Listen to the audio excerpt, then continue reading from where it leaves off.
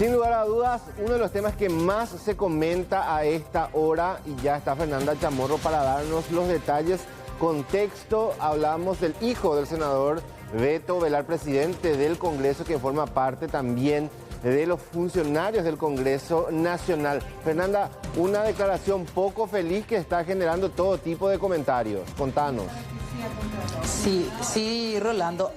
A los 20 años, en tu caso, en tu quizás primer trabajo, ¿cuánto ganabas a los 20 años de edad? A los 20 años de edad estaba todavía haciendo pasantías y quizás ni siquiera recibía todavía un salario, ¿eh? Porque hay que batallar bastante para conseguir eso.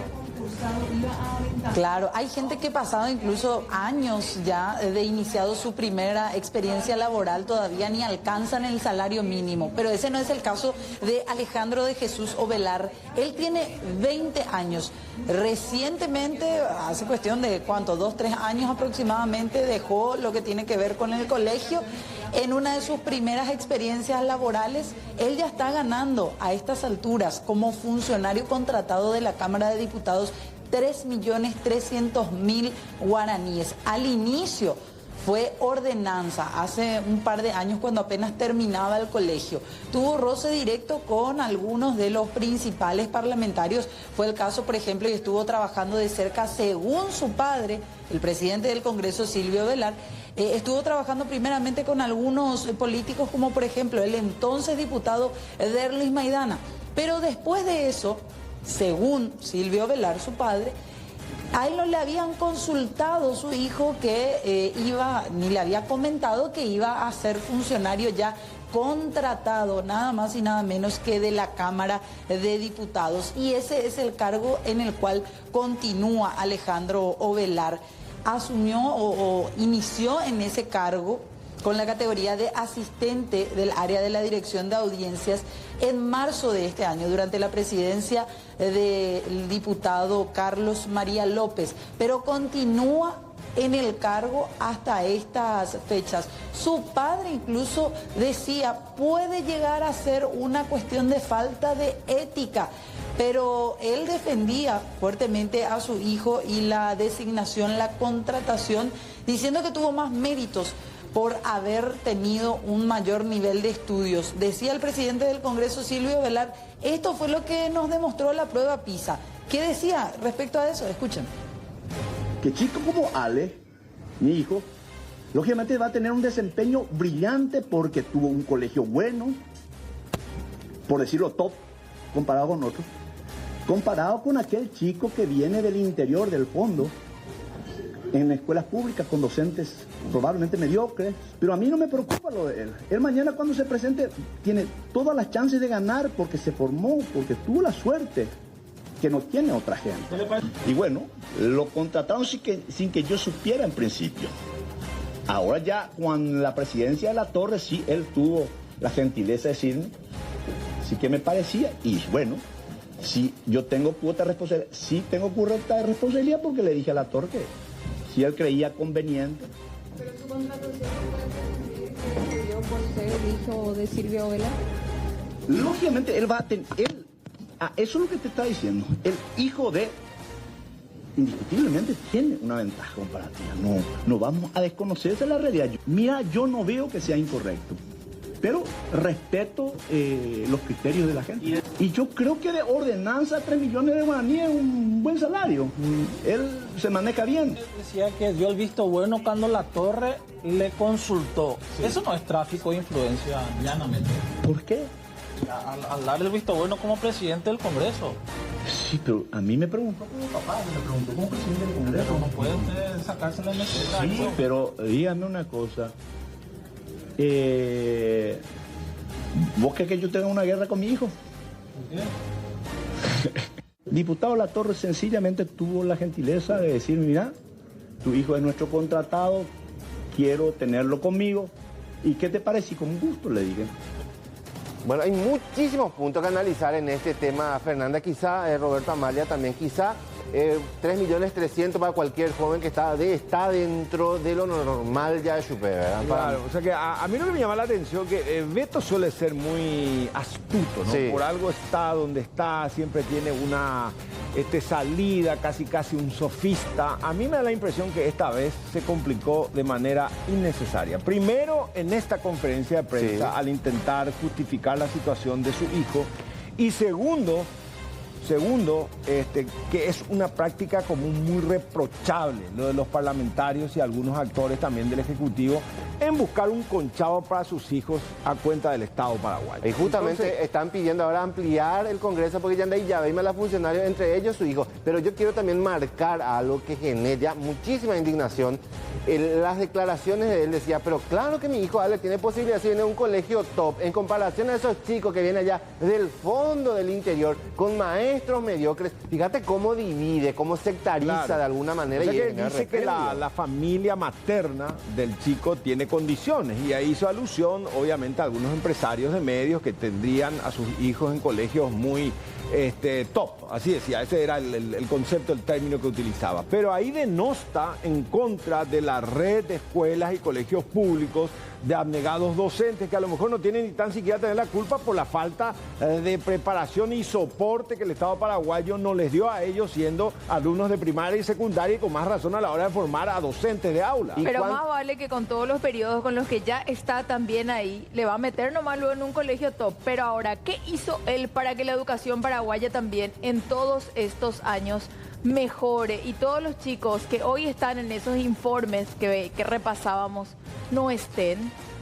De verdad yo no sé qué hicimos para merecernos esta clase de gobernantes que tenemos. Porque Pérez decía astuto, y es cierto, es astuto, por eso está hace tantos años en el cargo en el que está y tenemos que seguir soportando, porque esto es soberbia. Y también... Soberbia es lo que hizo. Y sumarlo a esto, tenemos tantos chicos brillantes, chicos muy capaces, que son del interior, Cierto. son de tierra Cierto. adentro, pero no tienen ese padrinazgo El político pollay, o ¿verdad? no tienen la La No posibilidad son de hijos de vivir. ni parientes de, y nadie habla por Insisto ellos. que no Roy. es solamente Beto. Si uno se pone a analizar la lista de 80 diputados, de 45 senadores, estoy casi seguro que más de la mitad tiene a 1, a 2, a 3 liberales colorados sin distinción de banderías políticas, porque es Cupamba se convían entre ellos. Y eso es muy, pero muy reprochable en detrimento de tantos jóvenes que vienen del interior, que son también de la capital y tienen todo el derecho. Y es lo que quiso justificar francamente. Insisto, me llama la atención porque tiene una salida él para casi otros cuestionamientos, incluyéndolo el trato a Puá, que ya salió, él como dice, no salió indemne, pero salió y fue reelecto en 2 o 3 periodos más. Pero acá Beto Velar se complicó de una manera innecesaria. Y de alguna manera también Roberto Amalia y Fernanda que está... a ver, Beto Velar siendo presidente del Congreso y siendo él lo que es, no le pudo Pico buscar a su Sí, hijo un amigo. lugar en el sector Claro. privado y no Sí. estar también Ponerle viviendo... una empresa puede, Rodi, Claro, que por dirija a su eso. hijo la empresa y dar fuente de trabajo. Cana yo otro lado, Vamos, ¿para no. qué? No, y aparte, ¿a qué me refiero cuando digo lo de la astucia? ¿Sí? ¿Para qué te expones si vos sabés que todos los ojos y oídos de una ciudadanía que de por sí ya viene harta de la clase política, agarran a tu teléfono, sos presidente del Senado y busca un empresario amigo y vas a conseguir a alguien que te coloque al hijo por 3.300.000, te tiran justamente porque van a querer estar hasta bien con vos, pero hacerlo de una manera más solapada, pero no desembosadamente, porque eso es lo que se cuestiona. Sí, desembosadamente intentando justificar. Él pensó a lo mejor que en esta conferencia de prensa iba a salir así como airoso. Sin embargo, cuando le reprocha al joven que no tiene la capacidad, al docente que luego en medio de la pimbicría a lo mejor no tiene luego punta su lápiz, y reivindica, es cierto, todos quisiéramos tener hijos en colegios de primera categoría, pero el Estado y él como un gestor público, ¿qué hace para que eso sea en el día a día así? Exacto, y Fernanda, recordemos que no solamente su hijo, tiene su señora también que está de alguna manera recibiendo, en el caso de ella, un salario cerca de 100 millones de guaraníes, en este caso en una binacional, o sea que Oñemos Hendai, ahí desde siempre La ese fue familia el está mamando sistema. del Estado, es así. Y eso es lo que cuestionan también desde distintos sectores, que pareciera ser una moneda de cambio el traspaso o el otorgar directamente algún tipo de cargo en la función pública. Muchas veces incluso, y en los últimos tiempos se ha visto con mayor notoriedad de parte del actual oficialismo. Después vemos diputados, senadores que se pasan de carpa, que dejan el ex movimiento Fuerza Republicana, por ejemplo, y ya se dan a conocer después nombramientos de sus familiares dentro de la función pública. Además de eso, también lo que se reprochaba bastante es, respecto a lo que ustedes decían, él puede pegar un telefonazo o armarle una mini empresa en el sector privado. Todo lo contrario, el propio Silvio Velar asumía que recibía la llamada de Raúl Latorre una vez que este asumía como presidente de la Cámara de Diputados y le decía, che, tu hijo está trabajando acá como funcionario. Y ahí es que él supuestamente se da por enterado, porque el hijo anteriormente no le había comentado. Y él le dio el visto bueno. El mismo Silvio Velar asume que él le da el visto bueno, y ahí es donde se le cuestionaba también por parte de los colegas. Esto no es directamente ya un tráfico de influencias, al ser el presidente del Congreso que recibe una llamada del presidente de la Cámara de Diputados y le dice, sí, déjale ahí a mi hijo, no hay problema. Difícil es que el papá no sepa en qué anda su hijo. Aparte estoy acá metiendo en Google la cantidad de políticos que están en la misma situación que Beto, ¿verdad? Lanzoni en su momento, por eso estoy hablando de actores de diversos partidos. Esta es una práctica común. Y finalmente, ¿por qué tanto genera rispidez? Porque es el pueblo el que paga. Claro, del bolsillo de la ciudadanía. ¿Cuánto te cuesta conseguir un trabajo en el sector privado? ¿Verdad? Pero hay profesionales destacados que reparten su currículum y no pueden entrar, no tienen la posibilidad de acceder a un trabajo. Sin desmeritar el trabajo de una doméstica. Claro. ¿Cuántas licenciadas hay en enfermería, por ejemplo, que hacen de doméstica? O que cuidan así enfermos y no llegan ni al mínimo, que recorren casas para poder hacerlo. Y ustedes dicen, la ordenanza hoy por hoy puede ganar un sueldo mínimo, cierto, pero ¿quién es el que paga realmente el sueldo mínimo? No, podía ponerle su empresa a Pérez si quería. No, yo no sé si él tiene Al empresa, chico, por eso pero lo que sí, insisto, políticamente incorrecto, éticamente incorrecto, le puedes buscar las vueltas que quieras, pero no vas a encontrar un soporte. Es más, hasta podía decir en un momento dado, bueno, cometí el error y muchos lo iban a entender, lo desvinculaban. Y finalmente iba a lanzar y iba a tener la autoridad después de criticarle a casi la mitad de la misma Cámara y casi el 60% de la otra Cámara con propiedad. Che, vámonos.